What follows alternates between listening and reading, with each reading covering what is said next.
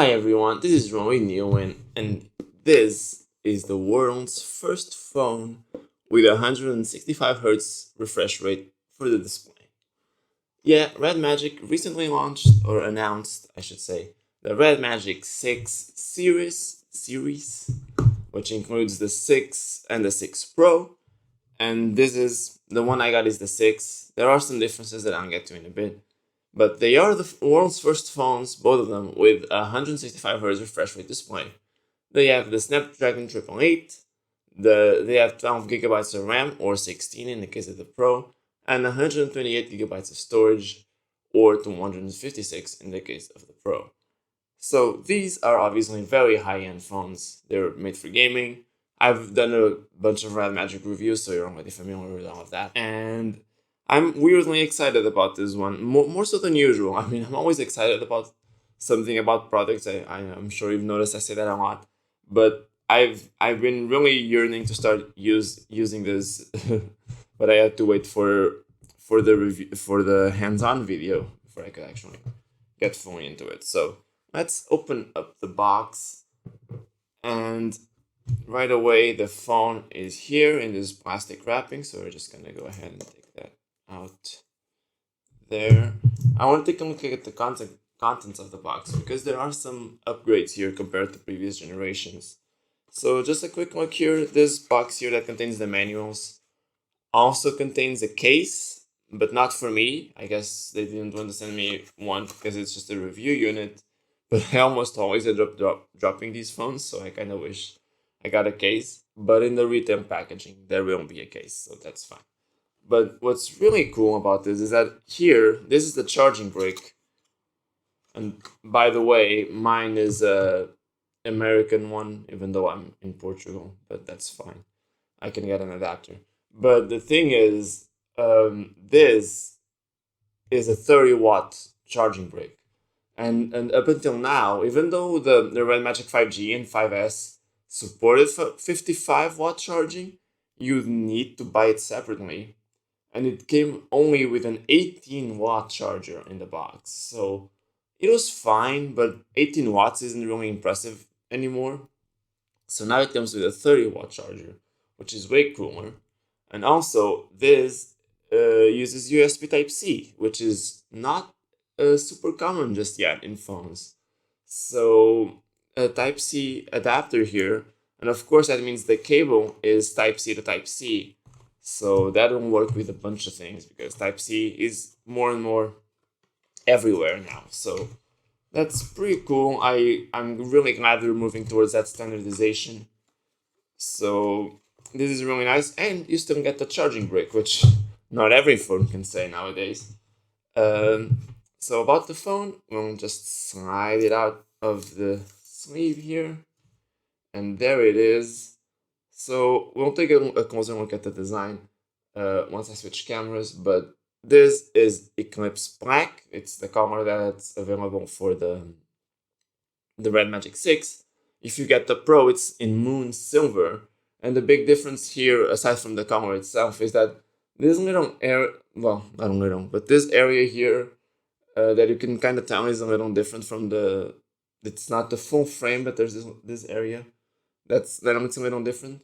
On the 6 Pro, instead of glass, which is what it is here, on the 6 Pro it's actually aluminum, and that should help dissipate heat from the phone. That's the goal, at least. So I kind of wish I got to try that, but this is still pretty nice. And they brought back RGB, which wasn't in the 5S. But we'll get to that in a little bit. I'll show you the phone more up close once we switch cameras, so I'll pass it off to off-camera me. Okay, so let's take a closer look at the RedMagic 6 here. So looking at the back, the design is definitely very similar to what RedMagic has done in the past. What I was saying before about the 6 Pro, it's this whole area here around this part. On the 6 Pro, that will be aluminum to help dissipate heat, but it will still have a little bit of glass around it. So it's an interesting mix of materials they're using there that I wish I got to see, but well, this is what I got. So there are some changes here. Camera module now is this rectangle looking thing. It's got the same, very similar setup. So 64 megapixel primary camera, 8 megapixel ultra wide, and a 2 megapixel macro. The flash for the camera is now in this little triangle here, which I think is a really cool way of integrating it with the design of the phone. The RedMagic logo here still lights up in red. These little strips here on the side are RGB, so instead of being on the RedMagic name now, they have these two little strips here, which is pretty cool. And going around the phone, there's flat edges that I think really give it a better grip when trying to use the phone. I really appreciate that. And also the power button here now seems to be further up because the display is bigger. It's 6.8 inches now. And I think the phone is bigger, so they were able to push things as far up as possible. And it just feels so much better here. I always complain about how this is too low and it's not comfortable in previous RedMagic phones. But here, it's awesome. It's in a perfect position for my thumb to press it. So this is really, really good. And yes, there is an air expel vent here, an air intake vent here. The fan now goes up to 20,000 rotations per minute, and they promised a 500% increase in the air heat transfer coefficient. So it should really help keep the CPU much cooler now. There's a home cooling system with a vapor chamber and a graphite sheet, I think. So it's a whole thing that's really meant to keep you gaming for longer and keep the phone as cool as possible.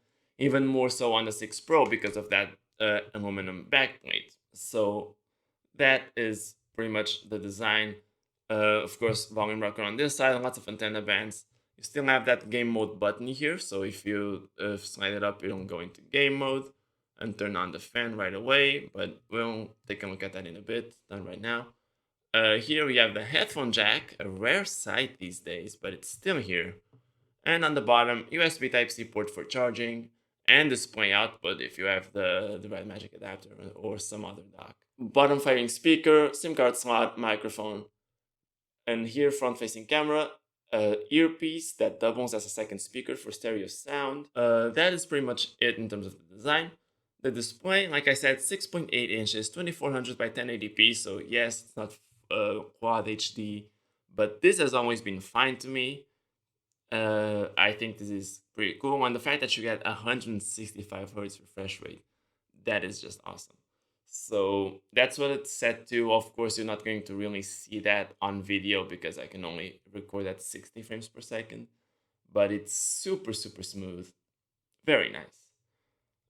So let's, the software here is Android 11. It's running RedMagic OS 4.0, which is very, very similar to the previous version. It really hasn't changed that much. There are some things I dislike, like how this Neo AI page is just information. There's no setting here. It's just telling you things. I wish this was like in an about section just for this, but whatever. Light strip settings for the RGB light. Cooling fan settings, so you can have it on even without game mode, but why would you do that? An example of the awful translations in this phone. Enter the game space and open if automatically. If you don't know what that means, good luck. This is pretty much the same as before. Still some pretty bad translations, but the software is okay. One thing that I really, really hate is that the power menu has gone bonkers right now. And this wasn't like this when I first set up the phone, but then I restored the backup from a different phone, and this thing went crazy. So I think RedMagic phones really don't like being restored from backup. So if you buy this, you'll probably want to set it up as a new phone and install apps from scratch because there always seems to be some problem when I restore a backup. So don't do that. So yeah, let's just go ahead now and turn on the game mode here. And take a look at that.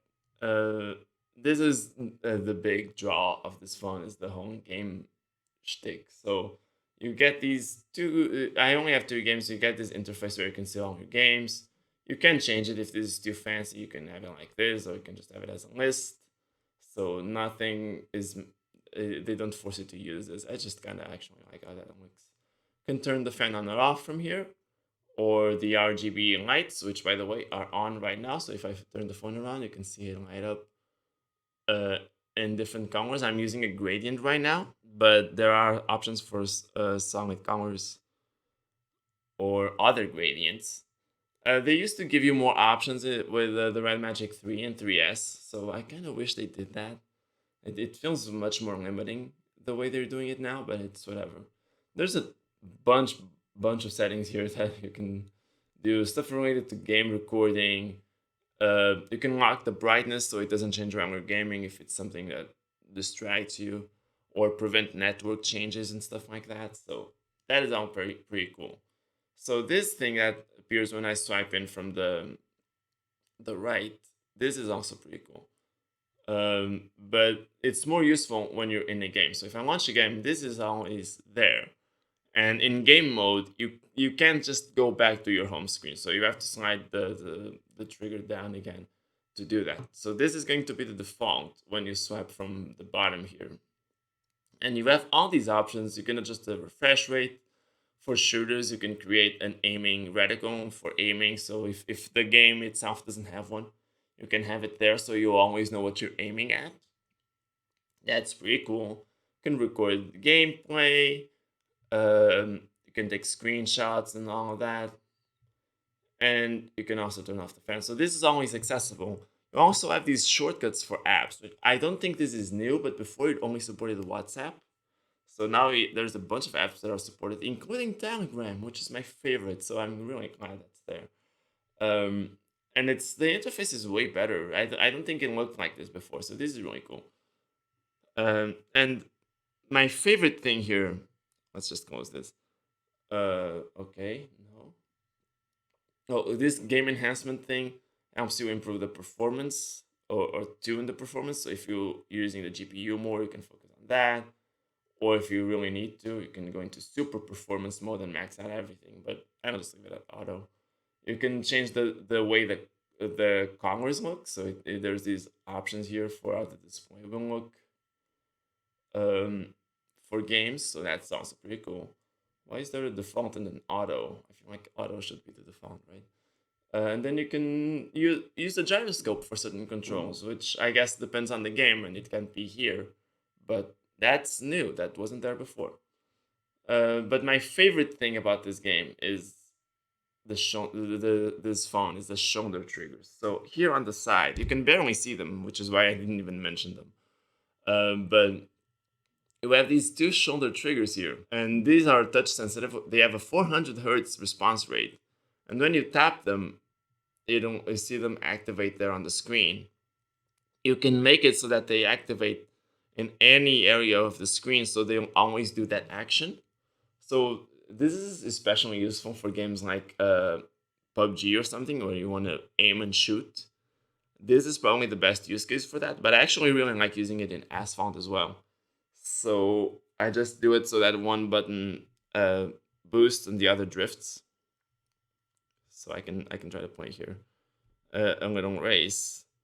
So the race is starting, and here's why I like it, because you see the buttons there for tapping, but now I can just do this, and I never have to obstruct my view of the game, and I can do all of this stuff just with the triggers. And I think this does make it way easier to play, and it's just so much more immersive too, to be able to see the game, because this huge display really warrants. It really helps with that immersion, and now that I don't have to cover up the screen, it just looks so much cooler this way. And this is my favorite feature, and they've actually upgraded it in this version in this phone, because now not only can you do single taps like I was doing, but you can do it so that when you tap one of the shoulder triggers, it does two actions. And what it does is that now when I press the button, even though it doesn't show here in the UI, it will do both of these actions at the same time. So if there's something where you need to touch two areas at the same time for some reason, you can do it. You can do it with the shoulder trigger and have those two actions at the same time. Or you have this option here where it has different actions for pressing and lifting the finger from the sensor. And I think this is super useful for something like a shooter. So for me, if I was playing PUBG, I would have it so that when I press here, it'll shoot, and then when I lift, it'll reload my weapon automatically, so that way I'm always at full ammo and I don't have to think about it. I think that's a pretty valid use case, but I'm not really a very good PUBG player, so I could be wrong about that. But you can have these actions where it just does more with a single button, and it's pretty cool. And of course, you can also record macros, and when you touch it, it'll do the whole thing. So that's also pretty darn cool. Whoops. Okay, there was a thing there when the macro menu was open, the triggers responded when I wasn't um, in the game, but whatever. So there's a lot of options there with the triggers, and I think that's also very, very cool. So the gaming features here are really one of the highlights. There are some things I don't really like about the software, but either way, I'm very interested in reviewing this phone. I've been really wanting to start using it for a while, so I'm excited to do that. I'll just pass it off to on-camera me to wrap things up. Alright, just to wrap things up, so the RedMagic 6 will be available for pre-order on April 9th, so it's not yet. Just a couple more specs that I forgot to mention. It has a 5050 milliamp hour battery, so they went back to that really large size, and I'm really interested to see how long that will last me, because I love phones that last me 2 days on the charge. I just think that's awesome. And this phone starts at $599, which I think is actually a fair price. So that starts at $20 more than the previous version started, but you get a bigger battery again. You have a higher refresh rate display, and again, it's the first one in the world. It's 165 hertz. They increased the RAM for the base version, so this now has 12 gigabytes instead of 8. It used to be 8 for the base version. And you get a 30-watt charger in the box now. So you get a lot of little upgrades there that I think $20 is a fair upgrade, a fair increase in price. So you get a lot of little upgrades like that I think really help justify that price. Also, the display has this technology called CHPI, which is promising to use like up to 45% less power, I think. That's what they said. So that should really help the phone last even longer on the charge. And I'm just really interested to see all those benefits in action. And if they do all come together nicely, I think that $20 increase is more than justified.